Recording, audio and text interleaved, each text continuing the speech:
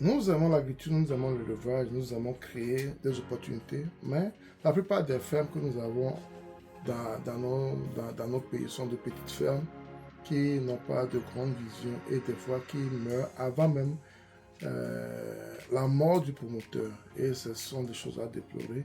Comment faire pour avoir des fermes qui perdurent, de vraies fermes qui vont permettre de créer de vrais emplois, qui vont permettre à la future génération de nourrir également l'Afrique.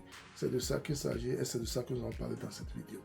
Sans plus tarder, passons vite sujet après le générique.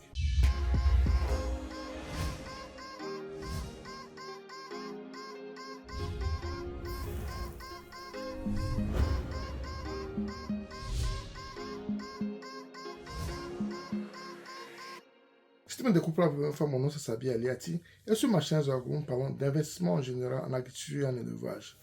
Si cette thématique te sont importante également, tu es au bon endroit. Abonne-toi à notre chaîne Zagou, clique sur la cloche de notification pour ne pas rater nos vidéos à chaque fois que l'on publie. Ensuite, partage-le au maximum pour qu'elle puisse atteindre un grand nombre de personnes. N'oublie pas un pouce, ce qui également va permettre à YouTube de diffuser nos vidéos à plus de personnes. C'est très bien, nous voulons avoir des fermes, nous voulons créer des fermes, mais est-ce que nos fermes peuvent nous aider ou bien nous aident à atteindre nos objectifs? Comment faire pour permettre à nos fermes de devenir de grandes sociétés, de grandes entreprises pour pouvoir créer des emplois, pour pouvoir perdurer même quand nous ne serons plus sur cette terre. Et j'ai résumé ces points en 4 parties qui sont vraiment importants l'une les uns des autres pour pouvoir comprendre et pour pouvoir changer nos paradigmes, pour pouvoir réussir dans ce métier que nous avons entrepris. En premier point, nous mettons la formation et l'information. La formation et l'information. La formation est très importante parce que quand tu veux évoluer dans un domaine donné, il faut comprendre ton domaine. Quand tu comprends ton domaine, tu réussis mieux dans le domaine. Donc, tout ce que tu veux faire en agriculture, en élevage, il faut avoir des notions. Je ne dis pas qu'il faut être expert dans la chose, mais il faut avoir beaucoup de notions pour pouvoir comprendre ce qu'on te dit, pour pouvoir comprendre, pour pouvoir confronter les gens qui travaillent avec toi. Parce que quand tu n'as aucune notion dans le domaine, on peut vraiment te dribbler comme il le veut. Il y a l'information aussi. Des fois, nous avons des ressources disponibles dans nos pays que nous ne connaissons pas.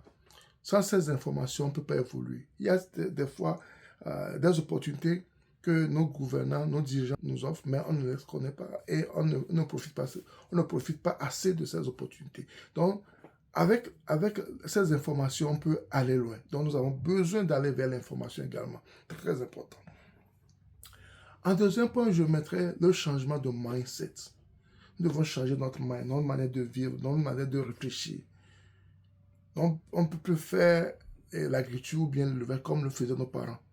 Donc, on doit le faire comme une vraie entité à part, qu'on doit gérer avec tout ce qu'il faut.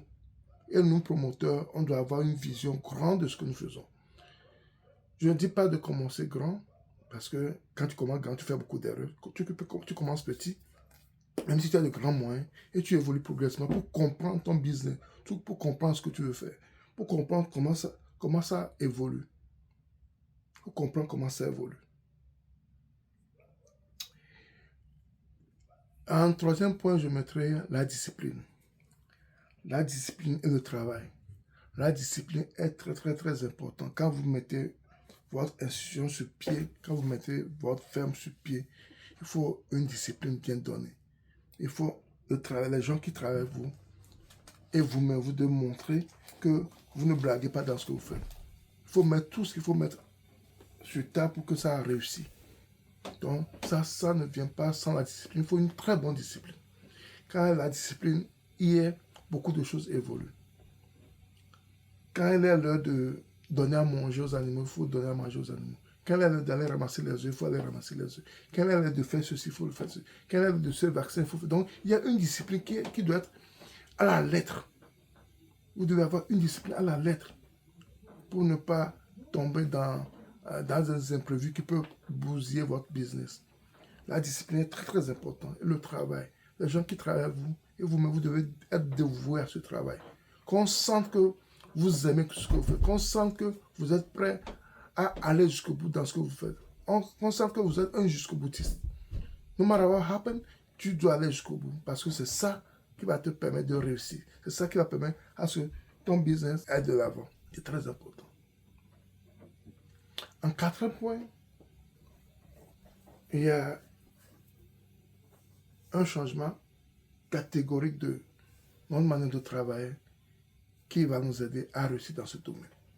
La plupart des gens, ils créent des fermes, ils mettent tout, même si ça ne marche pas, ils ne continuent pas à injecter de l'argent parce que c'est une ferme et c'est ce qu'ils aiment. Donc, et ça ne nous permet pas de grandir, d'évoluer. Nous devons changer notre manière de faire. Ne créons plus de fermes, créons des sociétés. Parce qu'avec une société, la discipline est plus rigoureuse. Le travail est mieux fait. On sait qui fait quoi, comment il le fait. Et nous avons des cahiers de charges, nous avons une comptabilité claire et nette, nous avons des bilans continus. Quand c'est comme ça, le travail est mieux fait. Mais quand c'est une ferme, chaque temps tu mets la main dans la poche pour faire ceci, faire cela, sans aucun contrôle, ça ne marche pas. Si on veut vraiment évoluer dans ce domaine, il faut qu'on mette l'accent vraiment sur cela. Il faut qu'on mette l'accent vraiment sur cela. Ne créons plus des fermes, créons des sociétés. Mais si tu as une ferme, tu peux la transformer en société dans ta manière de la gérer. C'est très important, ça nous permettra d'atteindre nos objectifs. Parce que on commence quelque part, mais on ne doit pas rester là où on a commencé, après des années. Après des années, on ne doit plus être là où nous avons commencé. Si après des années, on reste toujours là où on a commencé, c'est qu'on n'a rien fait, on n'a rien compris. Et c'est ça qui décourage les gens, c'est à cause de ça que les gens ne veulent pas investir dans l'agriculture en élevage, parce qu'ils se disent que c'est pas un métier comme ça, c'est pas un métier qui peut me faire sortir de la pauvreté. À cause des gens, à cause de nous qui sont dedans, qui sont des pionniers. On n'encourage pas les gens à venir dans notre métier. C'est un problème que nous avons. J'ai parlé de 4 points, mais je vais parler d'un 5e point qui est très capital dans tout ce que nous faisons. Que ce soit dans une entreprise de service, une entreprise commerciale, whatever. Nous allons parler de la vente. La vente est toujours négligée par la plupart des gens qui font l'agriculture, l'élevage. Ils négligent la vente, ils oublient la vente. Même des fois, ils oublient la vente. Ils ne commencent pas à penser à la vente, bien se rendre compte de la vente quand ils auront leurs produits. Quand il y a le temps de mettre leurs produits sur le marché, c'est en ce moment qu'ils pensent à la vente.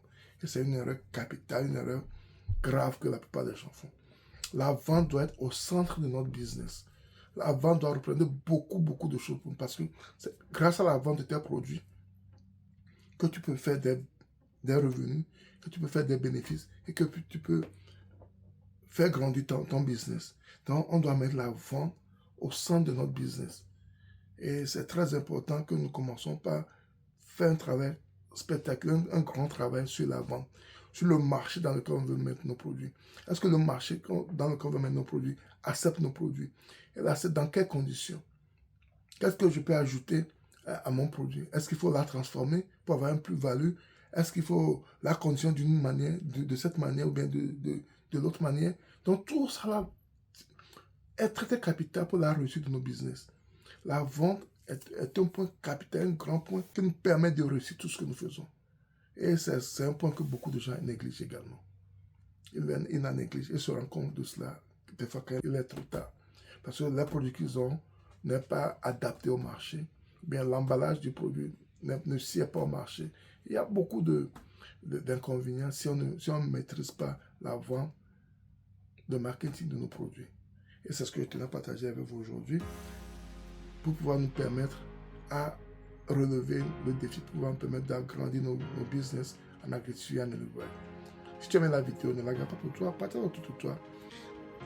Et si tu n'es pas encore abonné à ma chaîne, abonne-toi à ma chaîne, clique sur la communication pour ne pas rater nos vidéos à chaque fois que je publie. Ensuite, partage au maximum pour que puisse aider un grand nombre de personnes. Je te salue et à la prochaine. Bye bye.